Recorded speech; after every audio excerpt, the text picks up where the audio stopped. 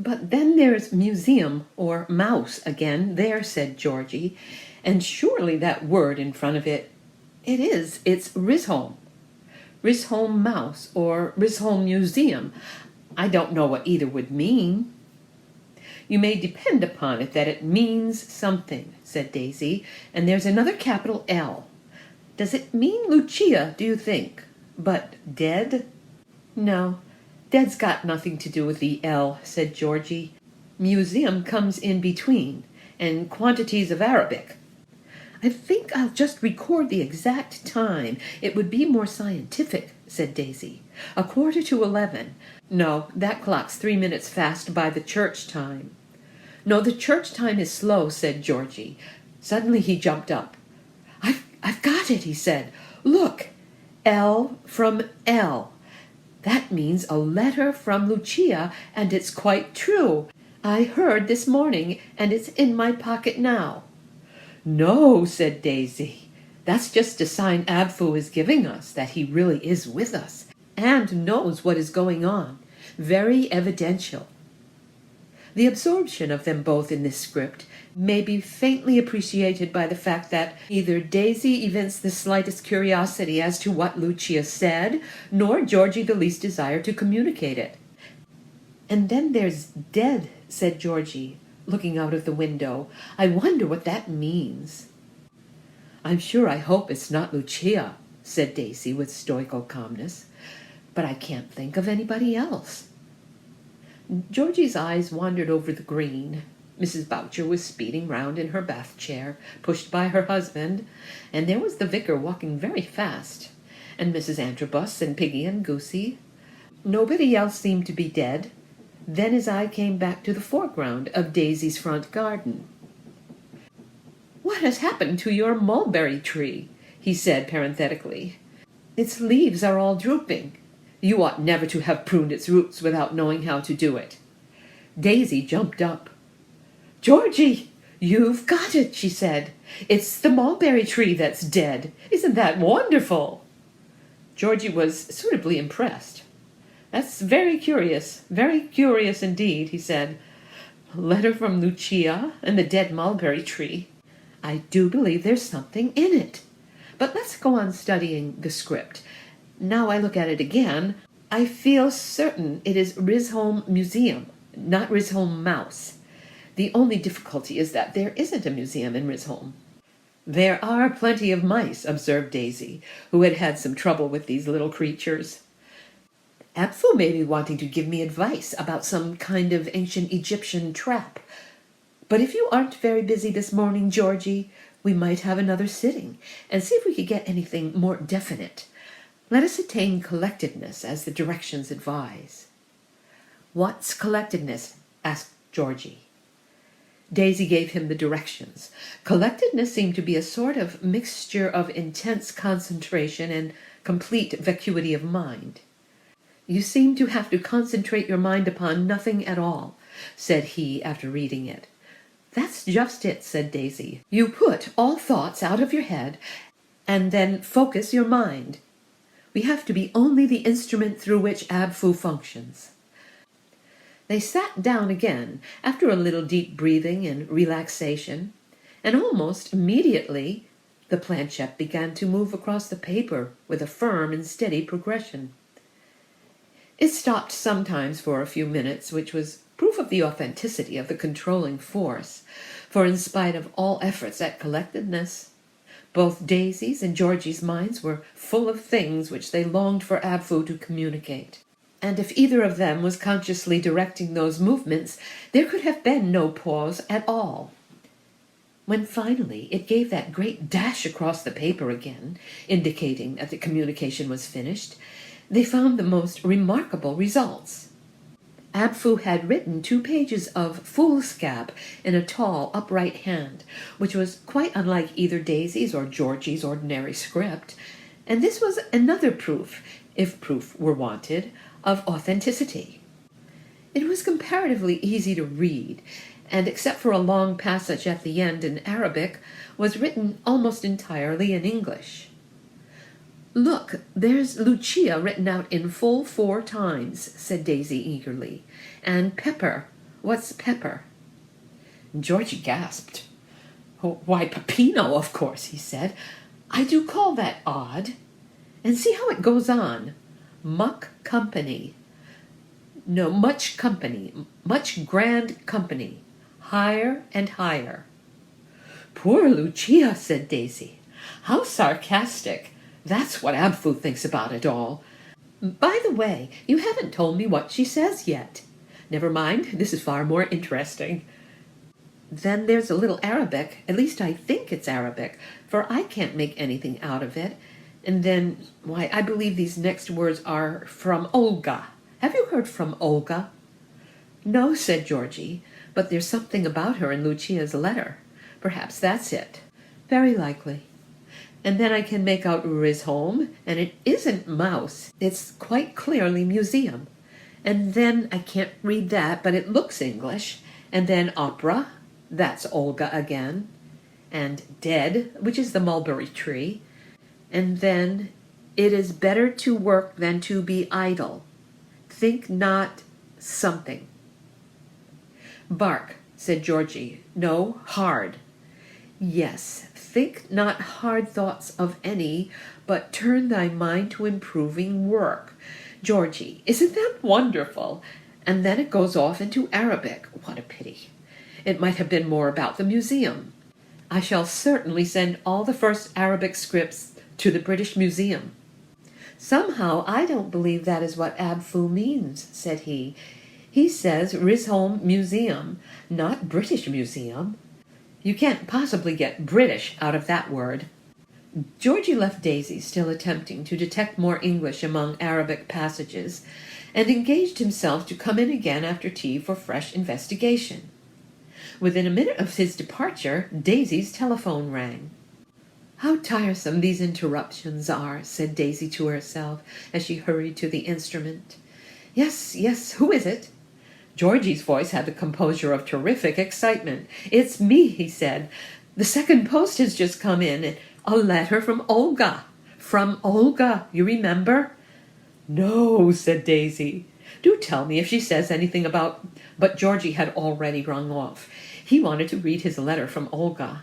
And Daisy sat down again, quite awestruck at this further revelation. The future clearly was known to Abfu, as well as the past, for Georgie knew nothing about Olga's letter when the words "from Olga" occurred in the script. And if in it she said anything about opera, which really was on the cards, it would be more wonderful still. The morning was nearly over, so Daisy observed, to her prodigious surprise, for it had really gone in a flash of the highest illuminative power, and she hurried out with a trowel and rake to get half an hour in the garden before lunch.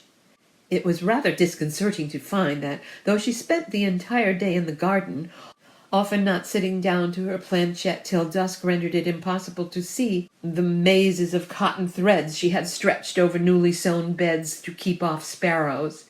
She had on one occasion shattered with a couple of hasty steps the whole of those defensive fortifications.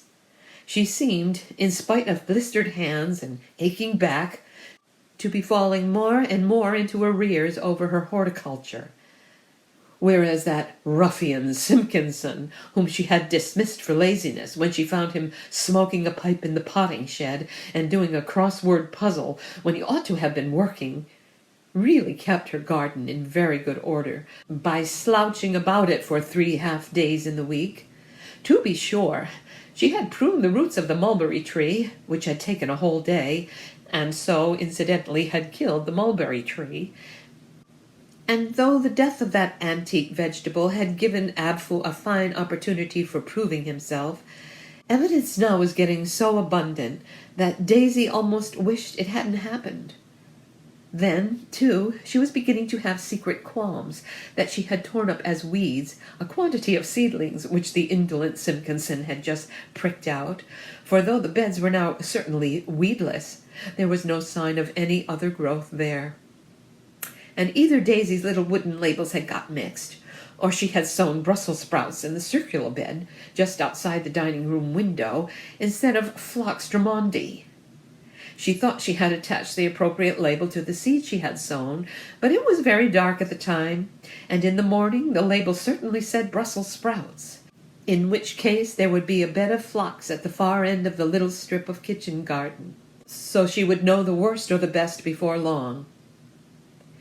Then, again, there was the rockery she had told Simpkinson to build, which he had neglected for crossword puzzles, and though Daisy had been working 6 or 8 hours a day in her garden ever since, she had not found time to touch a stone of it, and the fragments, lying like a moraine on the path by the potting shed, still rendered any approach to the ladder a mountaineering feat.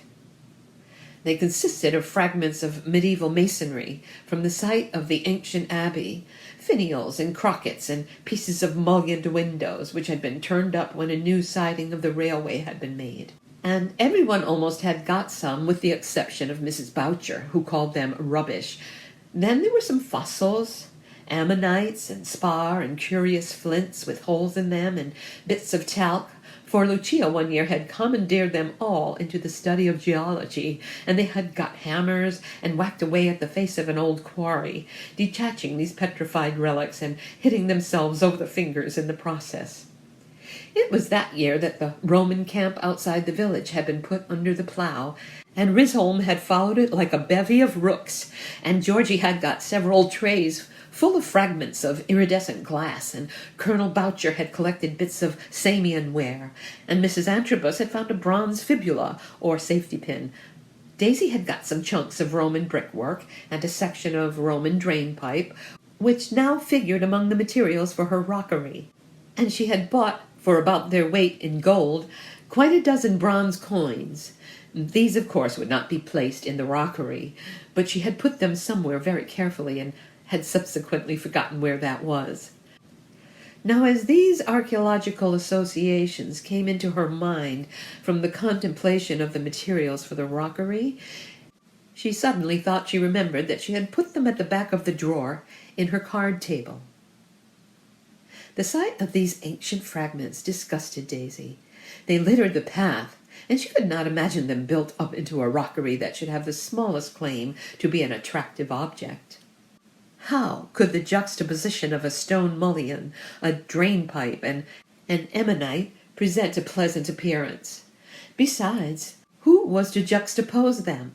She could not keep pace with the other needs of the garden, let alone a rockery. And where, after all, was the rockery to stand? The asparagus bed seemed the only place, and she preferred asparagus. Robert was bawling out from the dining-room window that lunch was ready, and as she retraced her steps to the house, she thought that perhaps it would be better to eat humble pie and get Simpkinson to return.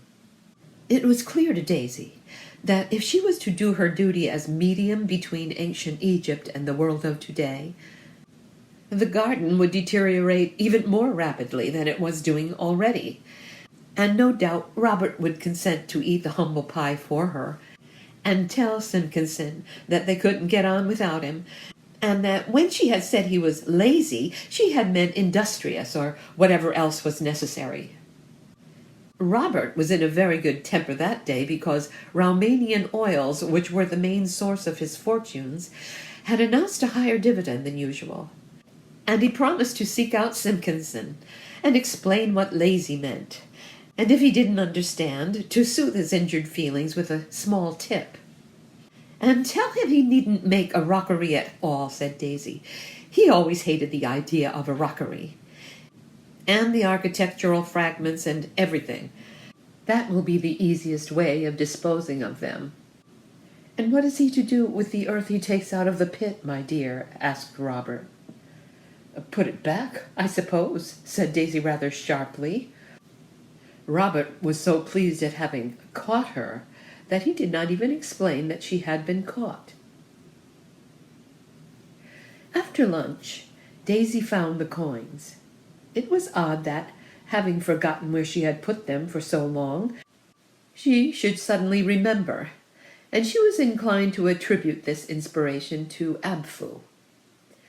The difficulty was to know what, having found them, to do with them next. Some of them obviously bore signs of once having had profiles of Roman emperors stamped on them, and she was sure she had heard that some Roman coins were of great value, and probably these were the ones. Perhaps when she sent the Arabic script to the British Museum, she might send these too for identification. And then she dropped them all on the floor as the great idea struck her. She flew into the garden, calling to Georgie, who was putting up croquet hoops. "Georgie, I've got it," she cried. "It's as plain as plain. What Abfu wants us to do is to start a Risholm Museum." He wrote Risholm Museum quite distinctly. "Think how it would pay, too, when we're overrun with American tourists in the summer. They would all come to see it. A shilling admission I should put it at, and 6 pence for the catalogue." "I wonder if Abfu meant that," said Georgie. "He said it," said Daisy. "You can't deny that." "But what should we put in the museum?" asked he. "My dear, we should fill it with antiquities and things which none of us want in our houses. There are those beautiful fragments of the Abbey which I've got, and which are simply wasted in my garden with no one to see them, and my drain pipe. I would present them all to the museum, and the fossils, and perhaps some of my coins, and my Roman brickwork." Georgie paused with a hoop in his hand. "That is an idea," he said. "And I've got all those lovely pieces of iridescent glass which are always tumbling about. I would give them." "And Colonel Boucher's Samayan ware," cried Daisy. "He was saying only the other day how he hated it, but didn't quite want to throw it away. It will be a question of what we leave out, not of what we put in. Besides, I'm sure that's what Abfu meant. We must form a committee at once. You and Mrs. Boucher and I should think, would be enough. Large committees are a great mistake." "Not Lucia?" asked Georgie, with lingering loyalty. "No, certainly not," said Daisy. "She would only send us orders from London as to what we were to do, and want us to undo all we had done when she came back, besides saying she had thought of it, and making herself president." "There's something in that," said Georgie. "Of course there is. There's sense," said Daisy. "Now I shall go straight and see Mrs. Boucher." Georgie dealt a few smart blows with his mallet to the hoop he was putting in place. "I shall come too," he said. "Risholm Museum. I believe Abfu did mean that. We shall be busy again."